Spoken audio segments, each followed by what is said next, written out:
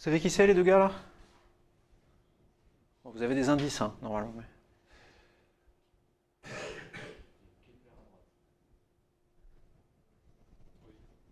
Donc tu me dis, lui, ça serait Kepler? D'accord, oui, c'est Kepler, ouais. Et lui, là-bas? Tycho Brahe. Ouais, quelle culture! Je suis étonné. Donc effectivement, je vais maintenant vous parler de ces deux gars-là, Kepler et Tycho Brahe. Bon, Kepler, je pense que c'est un nom que vous aviez déjà entendu. Ça évoque pour vous les lois de Kepler, probablement. Tycho Brahe, vous aviez déjà entendu ce nom aussi? Moins. Mais déjà entendu en tout cas. Oui. Ouais. Ok.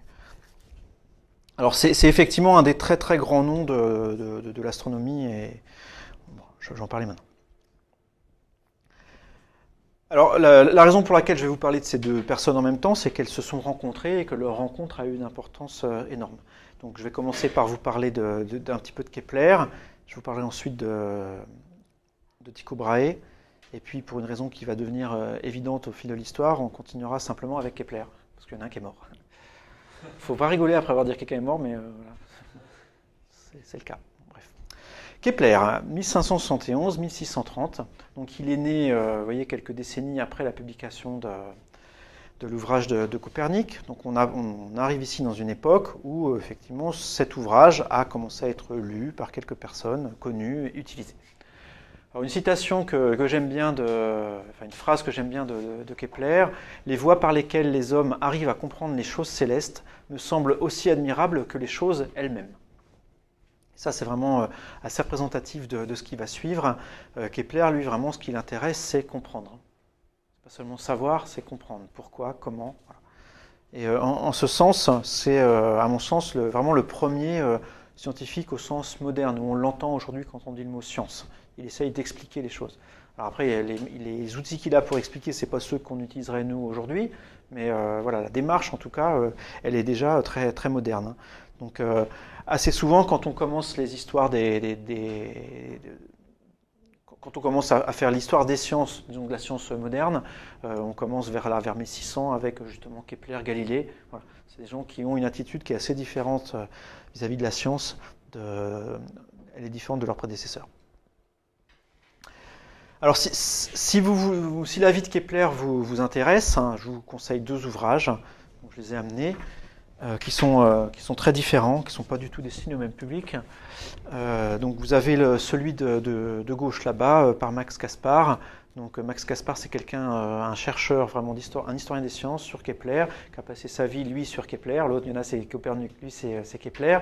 Il a notamment dirigé l'impression des œuvres complètes de Kepler, il était chercher des manuscrits, enfin, il a vraiment passé sa vie dans Kepler, quoi. Donc c'est quelqu'un, du coup, qui vous raconte là-dedans la vie de Kepler, du point de vue de quelqu'un qui l'a étudié pendant des décennies. C'est en anglais. Le deuxième, ici, de Philippe Despons et Guillemette de Véricourt, il est très différent. Bon, il est en français, mais par contre, ça c'est écrit par des journalistes. Donc, on nous dit là-dedans, Philippe Despons, c'est un enseignant-chercheur dans une université, dans l'Institut des nanosciences de Paris, et Guillemette de Véricourt est journaliste. Voilà. Donc, ce sont deux personnes qui n'ont pas le profil d'historien des sciences. Ce qui ne veut pas dire que ce n'est pas pertinent ce qu'ils écrivent, mais ce n'est pas leur métier. Leur connaissance de Kepler, du coup, elle est assez indirecte. Il y a des choses d'ailleurs qui sont allées chercher là-dedans, mais c'est probablement plus facile à lire. Il y a des choses qui sont probablement un peu romancées aussi. Du coup, ce qui est intéressant, c'est que quand on a lu des choses sur Kepler, il y a des choses qu'on peut discuter aussi. Quand on lit ça, on se dit, bah là, non, je ne suis pas d'accord avec ce truc-là. Voilà, donc, on peut ne pas être d'accord. Ne pas être d'accord avec ce que dit lui, c'est un petit peu plus osé, quoi. Lui, c'est quand même son métier. Voilà. Bon. Ceci dit, c'est l'essentiel de ce qui est là-dedans. Moi, j'ai pris beaucoup de plaisir à le lire et c'est vraiment, c'est assez édifiant en fait.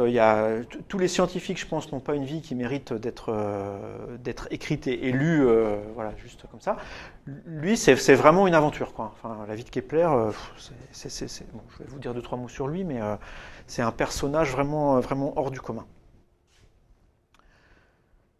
Alors, assez rapidement, voilà quelques éléments clés de la vie de Kepler qui vont avoir une importance dans l'histoire de la cosmologie. Bon, alors tout d'abord, il fait ses études à Tübingen. J'ai mentionné ici Michael Meslin. Michael Meslin, c'est un professeur de cette université et qui a joué un rôle important dans la diffusion des idées de Copernic. Donc, il était, lui, Donc, dans les programmes à l'université, il fallait enseigner Ptolémée. Donc, il enseignait Ptolémée, parce que c'était un bon, j'allais dire un bon fonctionnaire. Non, à l'époque, c'était pas un fonctionnaire, mais voilà, il faisait ce qu'on lui demandait de faire. Sauf que, voilà, avec ses bons étudiants qu'il prenait à part, il leur parlait quand même du système de Copernic et il leur expliquait ça. Donc, Kepler a été très tôt plongé dans ces idées d'héliocentrisme. En 1596, il publie cet ouvrage-là, je vais en dire 2 mots après, son premier ouvrage de cosmologie, où il dit des choses sur le système solaire. En 1600, il devient l'assistant de Tycho Brahe à Prague. Donc cette partie-là, je vais en parler aussi. Il devient ensuite mathématicien de l'empereur Rodolphe II. Il publie ensuite un autre livre, Astronomia Nova. Là-dedans, c'est dans cet ouvrage que se trouvent les 2 premières lois de Kepler. Celles que vous avez apprises en mécanique, elles sont là-dedans. En 1610, il prend connaissance donc, très rapidement des découvertes de Galilée, donc il s'enflamme pour ça vraiment. Galilée a découvert des satellites de Jupiter notamment, donc ça remet en cause plein de trucs sur ce qu'on sait sur le système solaire, donc il se plonge là-dedans. Il se plonge aussi du coup, ça je ne vais pas en parler ici, mais il se plonge du coup sur le principe de la lunette astronomique. Donc Galilée a mis une antidivergente, une anticonvergente dans un tube pour regarder les étoiles, ça faisait une lunette. Galilée ne comprenait pas spécialement comment ça marchait, il n'avait pas la théorie, personne à l'époque ne savait faire l'optique géométrique, ça n'existait pas. Hein, voilà. Donc en gros Kepler invente l'optique géométrique pour comprendre ça. Et du coup il propose aussi une autre forme de lunette où on mettrait 2 lentilles convergentes, ce qu'on appelle aujourd'hui la lunette astronomique du coup. Donc une lentille convergente avec une autre lentille convergente, ça fait aussi une lunette astronomique, ça fait une image inversée, mais ça a certains avantages du point de vue optique, et voilà, il invente ça à ce moment-là. Bon. Donc il a joué un rôle important en optique aussi, je ne vais pas en parler ici. Si ça vous intéresse, les vidéos de cours de l'an dernier où je parlais de l'histoire de l'optique, il y avait une partie sur Kepler justement aussi, parce qu'il est intervenu là-dedans. En 1615, sa mère est accusée de sorcellerie, et il passe beaucoup de temps à la défendre, plusieurs années. Donc ça lui prend un peu sur son temps pour faire d'autres choses. Et en 1619, il publie L'harmonie du monde, qui est un autre ouvrage de mécanique. Et là-dedans, on trouve notamment la 3e loi de Kepler, la loi des airs. Donc elle est venue bien après. Et en 1627, il publie les tables rudolphines. Ça, j'en parlerai aussi un petit peu plus tard. Mais voilà la chronologie, en gros, de ce qu'a fait Kepler dans le domaine de l'astronomie. Alors, avant d'en venir à ce qu'il a publié, Johannes Kepler, son métier, c'était de faire des horoscopes. Donc, il a été mathématicien du roi Rodolphe II, je vous l'ai montré tout à l'heure, et son rôle en tant que mathématicien, c'était de faire des horoscopes. C'était assez différent, hein, les mathématiciens à l'époque. Hein. Donc, de savoir sous quel signe étaient nés les gens, où se trouve telle planète à tel moment, pour savoir si les astres sont favorables, est-ce qu'il faut aller à la guerre, etc. Donc, du coup, alors pas du coup. En tant qu'astrologue, du coup, il prédit en 1595 3 événements qui se produisent. Coup de bol, j'ai envie de dire, mais du coup, coup de bol. Un soulèvement de la population, une invasion turque et un hiver rigoureux. Alors bon, ça fait un peu sourire parce que, bon, oui, enfin, on prédit qu'il va faire froid, il fait froid, ok. Super. Bon. Mais en tout cas, ces 3 prédictions lui donnent quand même un certain crédit. Les gens se disent, tiens, ce Kepler-là, effectivement, il doit être un bon astrologue parce qu'il a réussi à prédire des trucs qui sont arrivés. Bon. Donc son nom commence à être un peu connu. Bon, il y a une autre histoire d'un autre, quelque chose qu'il avait aussi prédit après, mais bon, je ne veux pas y passer plus de temps. Mais alors, le point, c'est que c'est un peu paradoxal, mais Johannes Kepler, en fait, il méprise les horoscopes au sens populaire. C'est-à-dire, pour lui, c'est pas juste regarder la position des planètes et puis voilà, il veut faire l'astrologie d'une manière rigoureuse. Déjà, il veut savoir précisément comment se déplacent les planètes. Il pense qu'on peut pas faire sérieusement des horoscopes si on comprend rien aux planètes. Donc c'est ça en fait qui l'emmène vers l'astronomie. Il a envie de savoir précisément comment se déplacent les planètes. Ça a 2 intérêts, ça. Ça permet de savoir où seront les planètes plus tard, et donc, genre, si dans 6 mois je veux aller faire la guerre, où seront les planètes dans 6 mois, et est-ce que du coup les astres me sont favorables? Mais ça permet aussi de savoir où étaient les planètes dans le passé. Quand un tel est né, où se trouvaient les planètes, donc sous quel augure est née cette personne-là.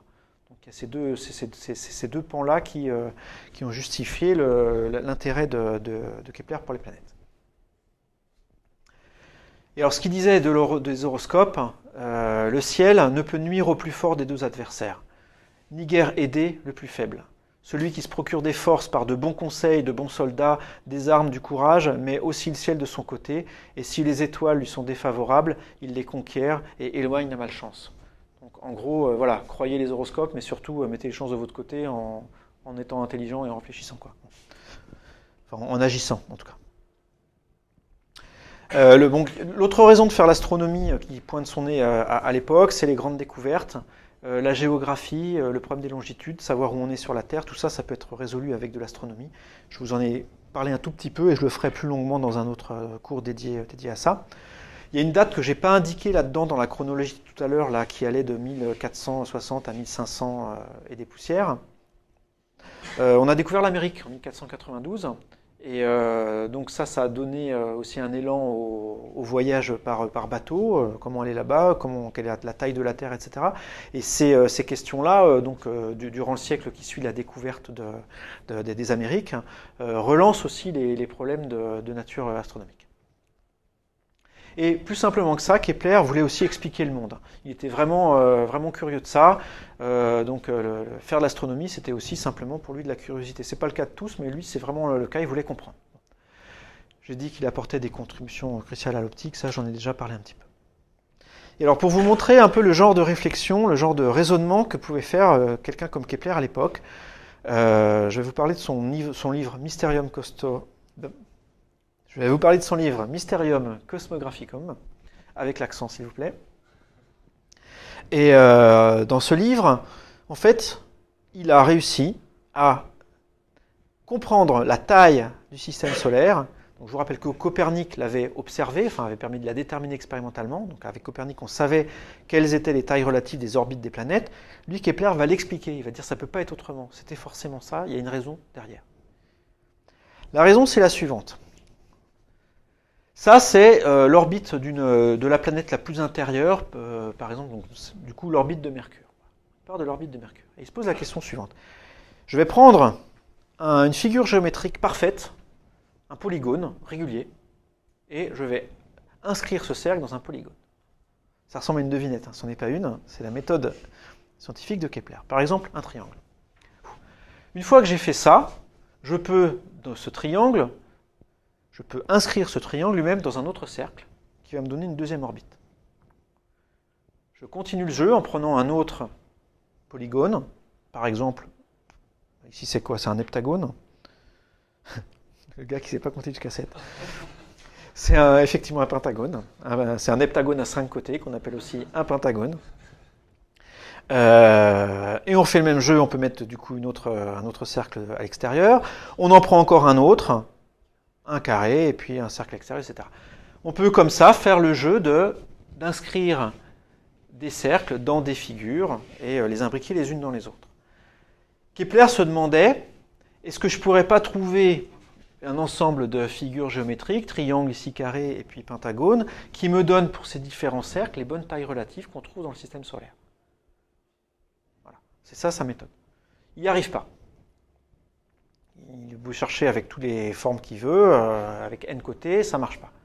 Il va plus loin, il se dit, ah mais attention, il y a 5 planètes dans le système solaire, 5 planètes autres que la Terre. Donc il y a 5 planètes, le chiffre 5 il n'est pas anodin, il y a aussi 5 polyèdres réguliers qu'on appelle des solides platoniques, platoniciens. C'est pas la même chose platonique, platonicien, mais on s'en fout. Okay. Donc il y a 5 solides de Platon, des polyèdres réguliers, il y a ça, vous savez comment ça s'appelle ça? Celui-là est facile. Donc il y a combien de côtés au tétraèdre? Combien de faces, pardon? 4, là, 6. L'octaèdre. Il y a 8 faces.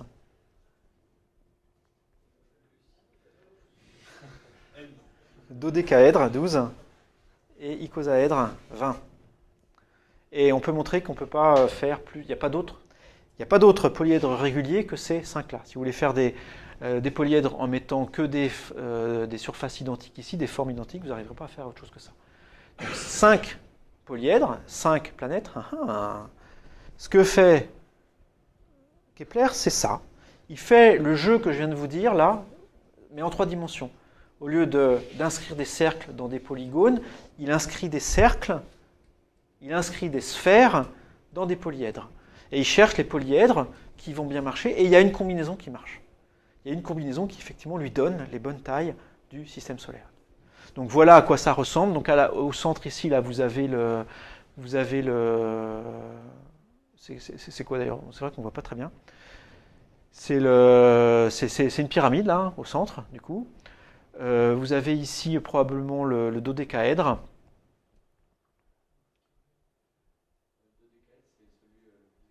C'est le plus extérieur, sauf qu'il a 6 côtés.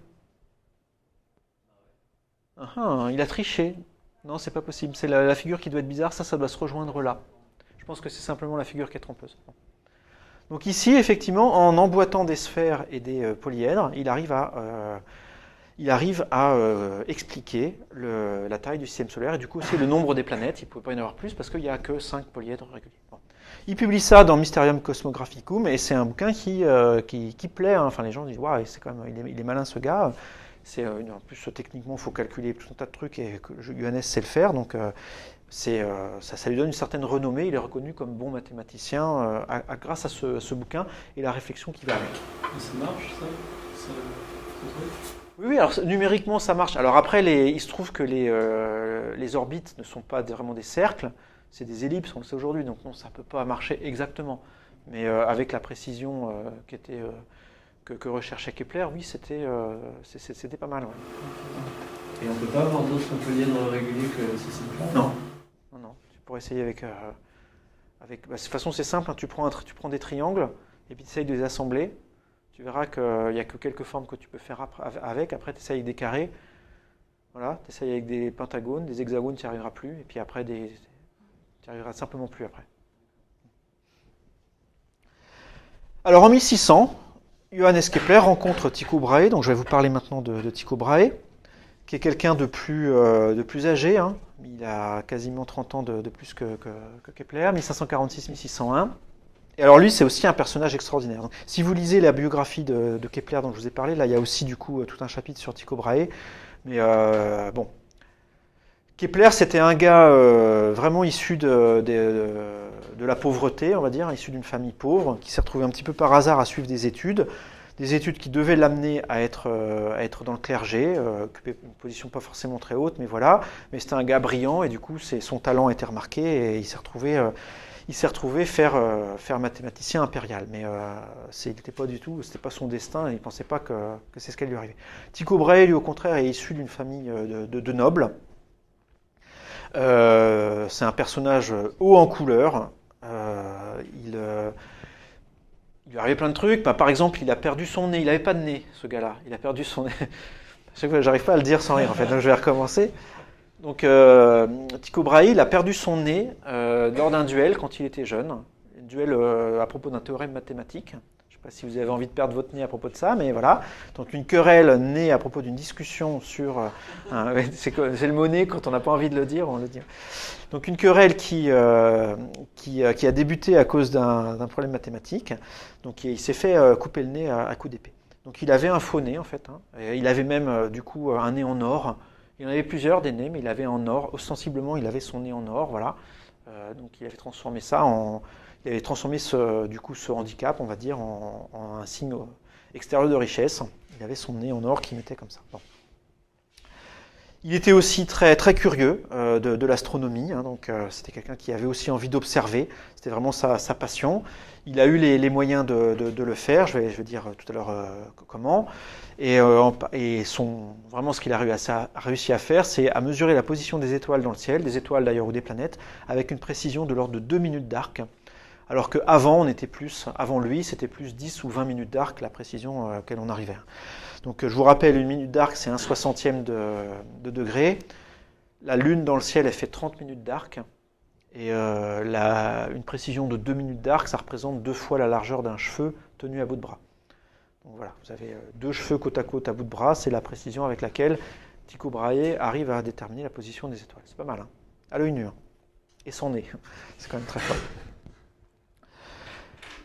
Alors, une des raisons pour laquelle il arrive à faire tout ça, c'est ce qui lui arrive en 1576 là. En fait, l'empereur, l'oncle de Tycho Brahe est mort en sauvant un roi.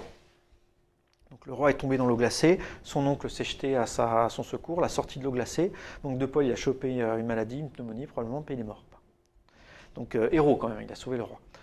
Le fils de ce roi, donc le nouveau roi, à un moment donné, se rappelle de ça et décide de récompenser Tycho Brahe, qui est son neveu,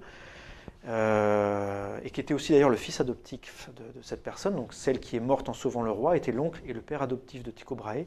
Et donc le nouveau roi remercie l'oncle mort indirectement en donnant quelque chose à Tycho Brahe, en lui faisant un cadeau. Le cadeau qu'il lui fait, c'est pas la terre, c'est une île. Il lui donne une île en fait, qui se trouve ici. C'est l'île de Vênes. Voilà. Sur cette île, Tycho Brahe va construire un observatoire et va s'y installer, va faire un observatoire. Donc aujourd'hui, cet observatoire n'existe plus. Il sera effectivement ici sur la carte.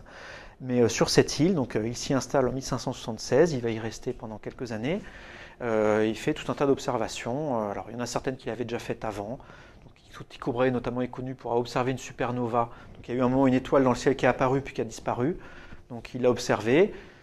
Il a mesuré sa position dans le ciel pendant une période de temps assez longue. S'est aperçu qu'elle restait toujours à la même place dans le ciel, ce qui veut dire qu'elle était probablement très loin. Sinon, à cause de l'effet de parallaxe et du mouvement de la Terre autour du Soleil, ou du mouvement de la sphère céleste, enfin du mouvement relatif des deux, on devrait avoir une parallaxe. Donc il arrive à montrer comme ça que c'est un objet qui se situait au-delà de l'orbite de Saturne. Ce qui était quelque chose de très fort et de très révolutionnaire, parce que les gens pensaient que tout ce qui se passait en dehors de la sphère terrestre était immuable. Voilà, les choses tournaient et il ne se passait rien d'autre. Ça tournait et c'est tout. Là, paf, une supernova qui apparaît, c'est bizarre. En 77, il observe aussi une comète et il montre que c'est toujours par la même méthode, qu'elle est aussi loin, elle est au-delà de l'orbite de la Lune. Et ça, c'était aussi important parce qu'on pensait à l'époque que les comètes étaient des phénomènes atmosphériques qui apparaissaient dans l'atmosphère. Et là, non, c'est beaucoup plus loin. Et en particulier, il montre, Tycho Brahe, que cette comète doit forcément traverser la sphère qui contient la Lune. Donc cette sphère ne peut pas être solide, elle doit laisser passer les choses puisqu'il y a une comète qui est en train de passer. Donc sur la polémique du est-ce que les sphères sont solides ou pas, ben voilà, Tycho Brahe répond à ce moment-là, non, elles ne peuvent pas l'être parce que sinon les comètes ne pourraient pas passer à travers. Donc ça on l'a vu. Ça s'appelle Uraniborg, l'observatoire que construit Tycho Brahe. Donc ça a cette tête-là, il y a une enceinte, voilà, il y a des châteaux, là il y a tout un tas d'instruments. Et alors c'est pas seulement Uraniborg, c'est pas seulement un observatoire. Enfin, il ne fait pas que s'installer à son observatoire. Tycho Brahe, il est aussi responsable de l'île. En fait, du coup, il gère l'île. Sur l'île, il y a des gens. Donc en fait, on lui a fait un cadeau sur lequel il y a des gens qui habitent. C'est sympa pour les gens, mais voilà. Donc du coup, c'est lui qui était responsable de ces gens-là. Et donc il va s'en occuper comme le faisaient les gens à l'époque, c'est-à-dire qu'il va les exploiter, il va les embaucher pour faire des trucs et il va leur demander des impôts. Voilà, c'est ça essentiellement. Il s'entoure. Je disais tout à l'heure, c'est un personnage haut en couleur. C'est pas un vieil astronome c'est pas Gandalf, hein, quoi. Hein, il a une cour autour de lui, il donne des fêtes, il invite des gens. Il y a tout un tas de rois qui viennent le voir à cet endroit. Il fait des fêtes. Il avait un nain. Je ne sais pas si vous en avez, mais c'est quand même assez rare. Lui, il avait un nain. Voilà, un gars qui était là, une sorte de fou du roi, mais sauf que c'était le fou de Tycho Brahe. Et donc qui assistait aussi aux fêtes et qui pouvait faire un petit peu n'importe quoi. Bon. Bref, un personnage haut en couleur, mais un excellent observateur, très méticuleux, très exigeant, et qui va construire des instruments, concevoir des instruments. Donc en voilà un par exemple, ça c'est un instrument qui permet de mesurer la hauteur dans le ciel d'une étoile donnée. Donc ça on le met sur l'horizon, on met son œil ici, puis on aligne. On fait en sorte que tout ça, là, ça pointe vers l'étoile, et après, en mesurant l'angle qui est ici avec l'arc gradué qui se trouve là, on arrive à faire cette mesure. Donc voilà à quoi ça peut ressembler. Ça, c'est une image qui montre un grand cadran mural qui est aussi utilisé par Kepler. Donc en gros, en mettant son œil à un endroit donné, et en regardant dans le ciel par un trou, si on voit une étoile, on peut savoir à quelle hauteur dans le ciel se trouve l'étoile en lisant la graduation sur laquelle il a fallu mettre l'œil. Il ne faisait pas ça tout seul, hein, il avait entre 20 et 30 assistants avec lui, parce que il y avait des appareils, ils étaient énormes, hein, là, ça faisait 1,50 m par exemple. Là, bon, l'échelle elle est bizarre parce qu'il n'y a pas de perspective, mais donc lui il devrait être tout petit, mais ça fait aussi plusieurs mètres de rayon, hein. Il y a des instruments certains qui sont mobiles, il faut les bouger, donc pour ça il faut qu'il y ait des gens qui soient en train tout le temps de déplacer les instruments, de suivre le mouvement en fait du ciel, hein, le mouvement de la voûte céleste. Donc il faut qu'il y ait des gens autour de lui, des gens qui l'aident à faire des calculs aussi. Et alors Tycho Brahe, il avait un modèle un modèle cosmologique, hein, qui n'était pas celui de Copernic. Il ne pensait pas que le modèle de Copernic était correct. Donc je vous rappelle, ça c'est le modèle de Copernic, et le modèle que professait Tycho Brahe, c'était celui-là. Alors, en fait, il est vraiment très simple, c'est le même, sauf que on met la Terre au centre, vous avez le Soleil qui tourne autour de la Terre, il y a la Lune qui tourne autour de la Terre aussi, en gros il n'y a que deux trucs qui tournent autour de la Terre, la Lune et le Soleil, et toutes les planètes tournent autour du Soleil. Jusque-là, c'est ni plus ni moins que le modèle de Copernic, mais vu depuis la Terre. D'accord ? Sauf que la sphère des fixes, elle reste centrée sur la Terre. Alors que là, elle était centrée sur le Soleil.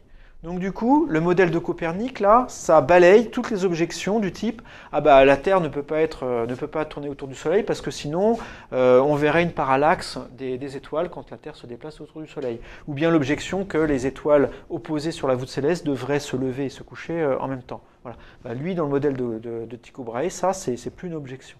Donc son modèle, il est plus satisfaisant dans le sens où astronomiquement, il rend compte exactement des mêmes choses que Copernic, au niveau du mouvement des planètes, mais en revanche, ça s'expose à aucune des objections qui sont faites à l'héliocentrisme. Donc c'est un modèle qui est géocentrique, mais sur lequel l'ensemble des planètes tourne autour du Soleil. Et donc il va se battre assez longtemps, Tycho Brahe, pour que effectivement son modèle soit accepté. En tout cas, il va le défendre contre le modèle de Copernic. Et alors vous voyez que, je vous ai dit tout à l'heure que Tycho Brahe avait montré que les sphères célestes n'étaient pas solides, et c'est vraiment un point qui était très important pour lui. Parce que vous voyez qu'il y a quelque chose qui arrive dans son modèle à lui, qui n'arrive pas dans le modèle de Copernic. C'est qu'ici, vous avez deux sphères qui se croisent. Dans ce modèle à lui, ici c'est la sphère du Soleil, croise la sphère de Mars. Donc si les sphères ne sont pas impénétrables, c'est pas possible, il y a un problème. Donc Tycho Brahe était vraiment content de voir qu'une comète, effectivement, pouvait traverser les sphères célestes. Donc ces choses-là pouvaient s'interpénétrer, et donc c'était pas débile de faire ça. Bon. Donc ça, c'est le modèle de Tycho Brahe. Ces deux personnes se rencontrent, alors je vous la fais vraiment très court, mais à cette époque-là, vers 1600, Johannes Kepler est obligé de quitter son pays parce qu'il y a à ce moment-là des troubles religieux, hein. Vous savez qu'il y a la réforme, je sais pas si vous savez, vous chercherez réforme sur Wikipédia, voilà. Il y a la réforme à ce moment-là, donc une scission entre différents courants catholiques, religieux en tout cas. Et donc il est obligé de partir, et Tycho Brahe lui propose de l'accueillir. Voilà. Donc ce qui est sympa de sa part. Alors l'accueillir, ça veut dire que Johannes Kepler va être son assistant, hein, c'est ça que ça veut dire. Mais, donc Johannes Kepler accepte l'offre, il est content d'aller travailler avec Tycho Brahe. La raison, ce qu'a à gagner Johannes Kepler là-dedans, c'est d'une part, ça lui permet de manger, c'est pas mal, et en plus, ça lui permet d'avoir accès aux observations de Tycho Brahe, qui sont vraiment les meilleurs du moment. Et Johannes Kepler, lui, donc je vous rappelle, veut comprendre comment les planètes se déplacent, et du coup il a besoin d'observations. C'est le premier en fait qui va faire ça, c'est le premier qui va utiliser des observations précises pour trouver le modèle. Les autres, par exemple Copernic, il a utilisé très peu d'observations. Copernic, il avait son idée de ce que devait être l'univers, le Soleil au centre, les planètes qui tournent autour. Il utilisait quelques observations bien choisies pour caler les valeurs. Voilà, du coup ça donne puisqu'on observe Mars à telle position dans le ciel à telle période, et puis 6 mois plus tard, Mars se trouve à telle position, ça veut dire que la taille relative de l'épicycle et du déférent doit être de temps. Voilà. Et donc ça lui donne un chiffre. Mais il ne va pas aller vérifier qu'aux autres moments de l'année, Mars a bien les positions prédites par le modèle. Il ne le fait pas. Ça c'est Kepler qui a la première idée, qui a le premier vraiment l'idée de faire ça et qui le fait à fond. Donc il a besoin de données, donc il a besoin de Tycho Brahe pour ça. Donc il est content.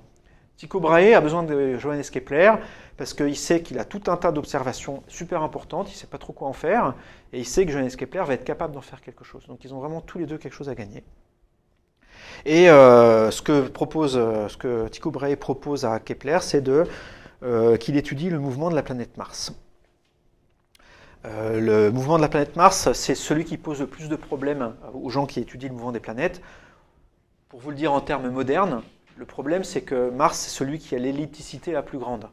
Donc ça s'écarte le plus du cercle, donc c'est ça qui du coup pose le plus de problèmes aux gens qui utilisent des épicycles. Bon. Et donc Kepler va effectivement étudier la planète Mars. Alors ça va pas bien se passer entre Kepler et Tycho Brahe, peut-être parce qu'ils sont très différents, j'en sais rien, mais bon, en tout cas ça se passe pas bien. Tycho Brahe nous donne les observations que de façon très au compte-gouttes, de temps en temps. Tiens, Mars, le 2 juillet, il était à telle position, paf. Il le fait au dîner parfois.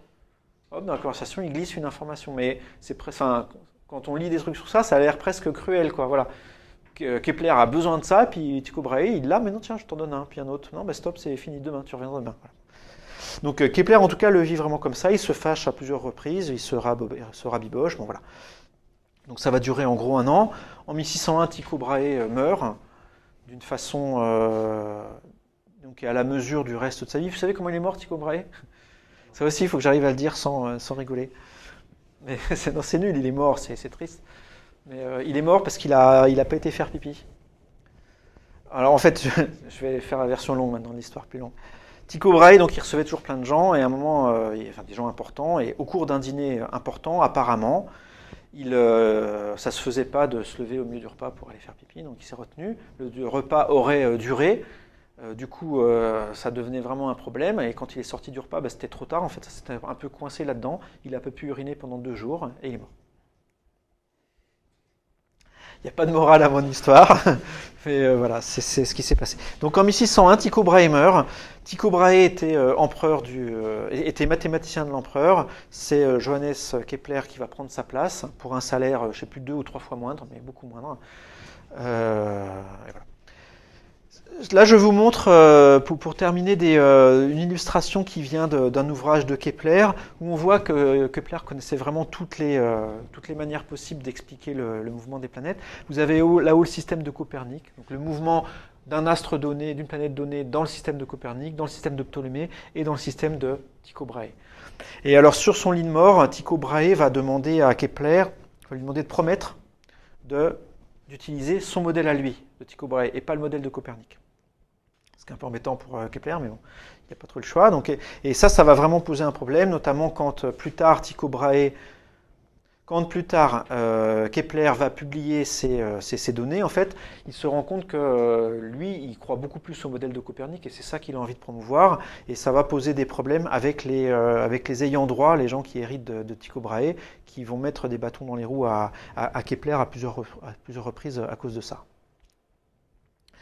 Et voilà donc, je vous ai montré tout à l'heure un livre, le livre de Copernic, voilà un livre très important aussi, Astronomia Nova, le livre de Kepler, dans lequel il utilise les données de Tycho Brahe pour montrer que les trajectoires suivies par les planètes, là Mars en l'occurrence, est une ellipse. Donc, la démarche est très très différente de tout ce que je vous ai dit avant. Lui, il n'essaye pas de faire des épicycles et tout ça. Il regarde dans le ciel et il essaye d'en déduire un mouvement. Et il s'aperçoit que la courbe qui effectivement décrit le mieux le mouvement de la planète Mars, c'est une ellipse. Voilà. J'arrête ici mon histoire. Le cours d'aujourd'hui, on verra ensuite comment est-ce que ça a été perçu. On verra que la plupart des gens en fait sont fichus complètement de ça. Ils ont continué à prendre les modèles de Copernic. Et on va voir comment est-ce que ça a évolué pour qu'on comprenne finalement que ce qu'a fait Kepler là, c'est vraiment révolutionnaire.